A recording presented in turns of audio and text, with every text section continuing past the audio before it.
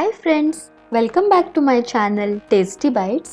ಇವತ್ತು ನಾನು ನಿಮಗೆ ಉದ್ದಿನ ಬೇಳೆ ಬೋಂಡಾನ ಹೇಗೆ ಮಾಡೋದು ಅಂತ ತೋರಿಸ್ಕೊಡ್ತಾ ಇದ್ದೀನಿ.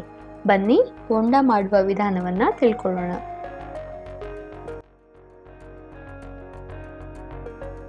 ಮೊದಲಿಗೆ ನಾನು ಇಲ್ಲಿ 1.5 ಕಪ್ ಅಷ್ಟು ಉದ್ದಿನ ಬೇಳೆನ ತಗೊಂಡಿದ್ದೀನಿ. ಹಾಗೆ ಇದಕ್ಕೆ ನೀರನ್ನು ಹಾಕಿ 3 ರಿಂದ 4 ಬಾರಿ ಚೆನ್ನಾಗಿ ನೀವು ಇದನ್ನು ನೀಟಾಗಿ ತೊಳ್ಕೊಬೇಕಾಗತ್ತೆ. ಹಾಗೆ ಕ್ಲೀನಾಗಿ ತೊಳ್ಕೊಂಡಿಟ್ಟಿರುವಂತಹ ಉದ್ದಿನ ಬೇಳೆಯನ್ನು ಒಂದು 3 ರಿಂದ 4 ಗಂಟೆಗಳ ಕಾಲ ನೀರಿನಲ್ಲಿ ನೆನೆ ಇಡಬೇಕು.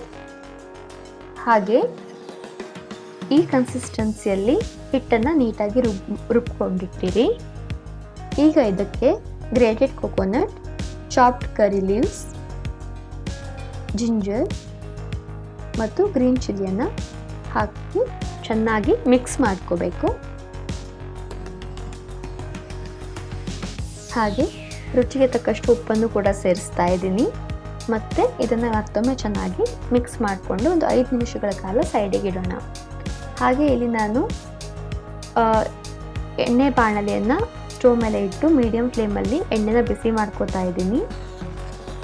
ನೋಡಿ, ಎಣ್ಣೆ ಬಿಸಿ ಆದ ನಂತರ ನಾನು ಒಂದೊಂದಾಗಿ ಈ ಥರ ರೌಂಡ್ ಶೇಪಲ್ಲಿ ಕಾದ ಎಣ್ಣೆಯೊಳಗೆ ಬೋಂಡಾನ ಹಾಕ್ತಾ ಇದ್ದೀನಿ. ನೋಡ್ಕೊಳ್ಳಿ ನಾನು ಯಾವ ಥರ ಹಾಕ್ತಾ ಇದ್ದೀನಿ ಅಂತ ನೀವು ನೋಡ್ಬೋದು. ಈ ಥರ ರೌಂಡ್ ಶೇಪಲ್ಲೇ ಕೈಯಿಂದಾನೇ ನೀವು ಹಾಕ್ಬೋದು ಎಣ್ಣೆ ಒಳಗಡೆ.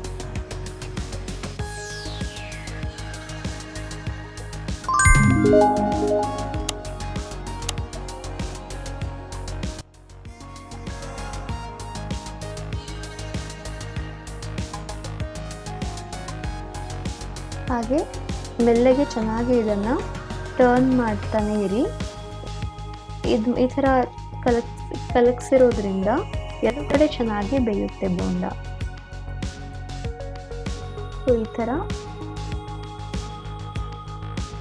ಟರ್ನ್ ಮಾಡ್ತಾನೆ ಇರಬೇಕಾಗತ್ತೆ. ನೋಡಿ, ಬೋಂಡ ಕಲರ್ ಚೇಂಜ್ ಆಗಿರೋದು ಕಾಣಿಸ್ತಾ ಇದೆ.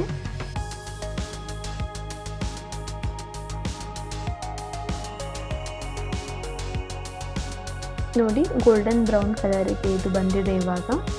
ಸೊ ನಮ್ಮ ಉದ್ದಿನ ಬೇಳೆ ಬೋಂಡ ಸರ್ವ್ ಮಾಡೋಕ್ಕೆ ರೆಡಿಯಾಗಿದೆ. ಇದು ತುಂಬಾ ಕ್ರಿಸ್ಪಿಯಾಗಿ ಚೆನ್ನಾಗಿರುತ್ತೆ ಬ್ರೇಕ್ಫಾಸ್ಟ್ಗೆ. ಇದನ್ನು ನೀವು ಚಟ್ನಿ ಜೊತೆ ಸರ್ವ್ ಮಾಡ್ಬೋದು. ನಿಮಗೆ ಈ ರೆಸಿಪಿ ಇಷ್ಟ ಆಗಿದ್ದರೆ ದಯವಿಟ್ಟು ಮನೇಲಿ ಇದನ್ನು ಟ್ರೈ ಮಾಡಿ. ಹೇಗಿತ್ತು ಅಂತ ನಿಮ್ಮ ಅನಿಸಿಕೆಗಳನ್ನು ನಮಗೆ ಕಮೆಂಟ್ ರೂಪದಲ್ಲಿ ತಿಳಿಸಿ.